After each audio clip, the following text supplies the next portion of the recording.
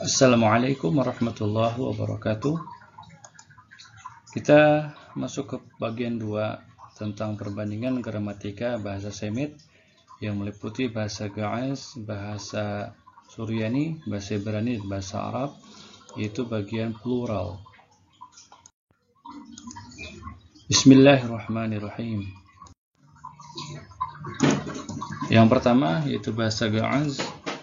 Dalam bahasa Ge'ez bentuk pluralnya cukup rumit, yaitu ia terbagi menjadi 4 kategori. Yang pertama adalah banyak nomina maskulin untuk manusia itu berakhiran an. Contohnya seperti kata liq, dia menjadi liqan yang artinya orang tua. Yang kedua ada kata kebur, menjadi keburan, yaitu orang agung, orang besar, dan orang mulia. Dia sepadan dengan bahasa Arab itu kabir ya. Yang kedua, banyak kata benda baik maskulin atau feminin berakhiran at. Seperti kata nabi menjadi nabiyat atau kata nagasht menjadi nagashtat. Kemudian yang ketiga, yaitu kata benda yang hanya terdiri dari 2 kata umumnya berakhiran au. Seperti kata ab menjadi abau yang artinya ayah. Kemudian ada kata akhu menjadi akhau yang artinya saudara laki-laki. Yang keempat yaitu kata benda plural yang tak beraturan atau broken plural ya, dalam bahasa Inggrisnya, atau jamu taksir mungkin dalam bahasa Arabnya. Yaitu contoh katanya adalah Hagar, artinya kota, menjadi ahgur.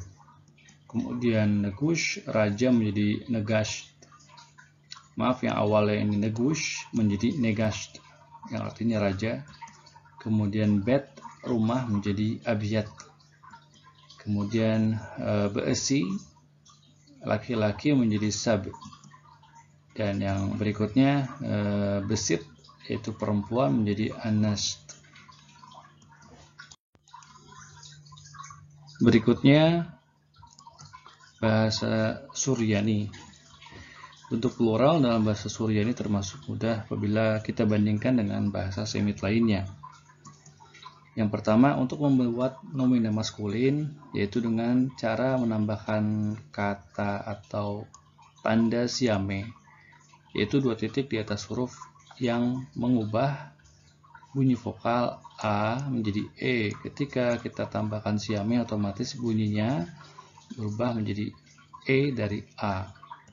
Contohnya ada kata shliha yang artinya utusan menjadi shlihi. Di sini seharusnya ada siame ya, titik 2, karena ada masalah dalam keyboardnya jadi tidak muncul.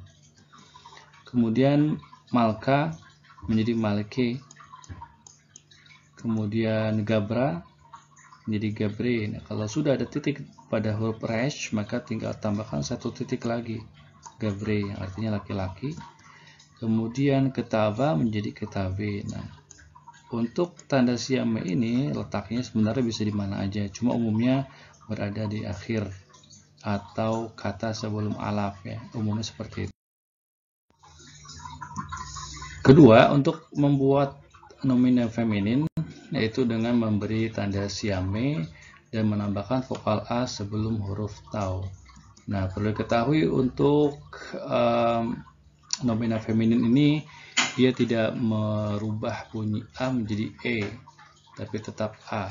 Contohnya ada kata aita menjadi aizdata, aizdata yang artinya gereja. Kemudian ada kata malkta menjadi malkata yang artinya ratu.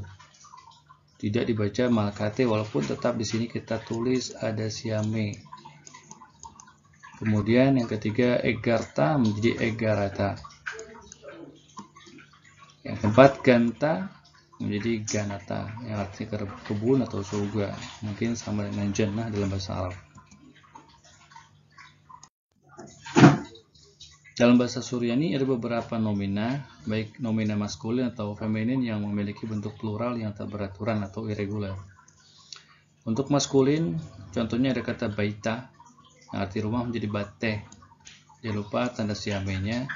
Kemudian ada kata aba, artinya ayah. Dia memiliki 2 bentuk plural, yaitu abahata. Abahata ini ketika ditujukan untuk bapak-bapak pada gereja ya, patriark seperti itu. Sementara untuk ayah secara umum, kan di sini saya sebutnya ayah, yaitu menjadi abahe. Abahe. Kemudian yang berikutnya bra menjadi benaya. Dan talya menjadi taye. Untuk feminin ada kata atesa menjadi neshe. Dan emma ibu menjadi emmahata. Ini seperti ummahat dalam bahasa Arab. Kemudian barta anak perempuan menjadi benata. Dan lita menjadi taliyata. Dan terakhir hatta yang artinya saudari atau akhwat menjadi ahwatha. Kemudian melta menjadi mele. Ini kata-kata atau firman. Yang ketiga yaitu bahasa Ibrani atau Ibrit. Untuk plural dalam bahasa Ibrani yaitu yang pertama dengan menambahkan sufiks im untuk nomina maskulin. Ini dalam Biblical Hebrew ya, atau bahasa Ibrani dalam Perjanjian Lama. Sementara Ibrani seperti Mishnah Hebrew itu biasanya umumnya ia berakhiran in. Contohnya ada kata sus menjadi susim, artinya kuda. Kemudian dabar menjadi debarim, kata-kata atau firman. Hakam menjadi hakamim, seorang bijak. Kohen menjadi kohanim, pendeta. Yang kedua dengan menambahkan sufiks ot untuk nomina feminin.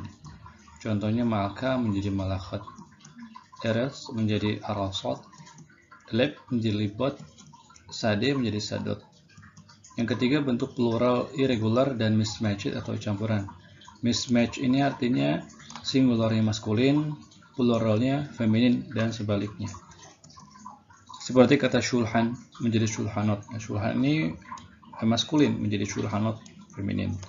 Kemudian ish menjadi ish anashim. Ini sama laki-laki keduanya maskulin. Yang ketiga isya menjadi nashim.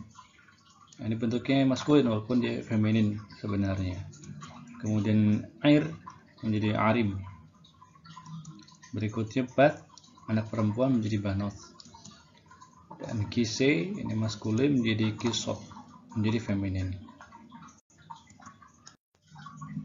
Yang terakhir yaitu keempat yaitu al-arabiyah atau bahasa Arab. Bentuk plural dalam bahasa Arab terbagi menjadi tiga, yaitu yang pertama bentuk plural yang khusus untuk maskulin atau jam'ul mudzakkar salim yang dibentuk dengan menambahkan sufiks una atau ina pada nomina tergantung i'rabnya.